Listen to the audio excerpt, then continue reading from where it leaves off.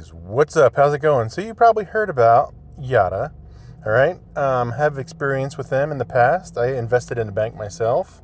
Yotta Bank was recommended by a fellow YouTuber, and it doesn't seem to be doing good right now. The intermediary is having some issues. The underlying bank, I think, is good. It's FDIC insured.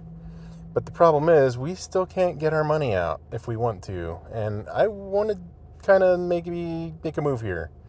I'm kind of fed up with the whole reward system. They got away from the lotto thing. You still can get tickets. I expended most of my Yotta cash. And, well, there it is. So I won $1.20 over the last 7 days. Okay, whoop-de-doo, right? So I'm not sure what the calculation comes out to, but it's not really great interest rate anymore. And the payoffs are still there if you can get the balls in the game. So anyway, if you go and you to your account, all right, and go over here. Say we want to do a simple withdrawal. Okay, I want to withdraw my money. I want to withdraw everything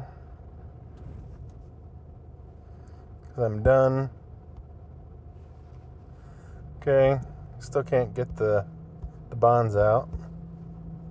That's a whole nother sordid story that we're not going to go into right now. So if I hit the withdraw button, it says, oops, you can't do that. For updates, go there. And when we do that, it's not anything good. Because they're basically saying that we can't give you your money right now. They're having issues with our intermediary transfer people. They're going bankrupt or something like that. So just want you guys to be aware. Yotta, seems like I have another issue. If you've been following my channel, I've had an issue with Celsius now.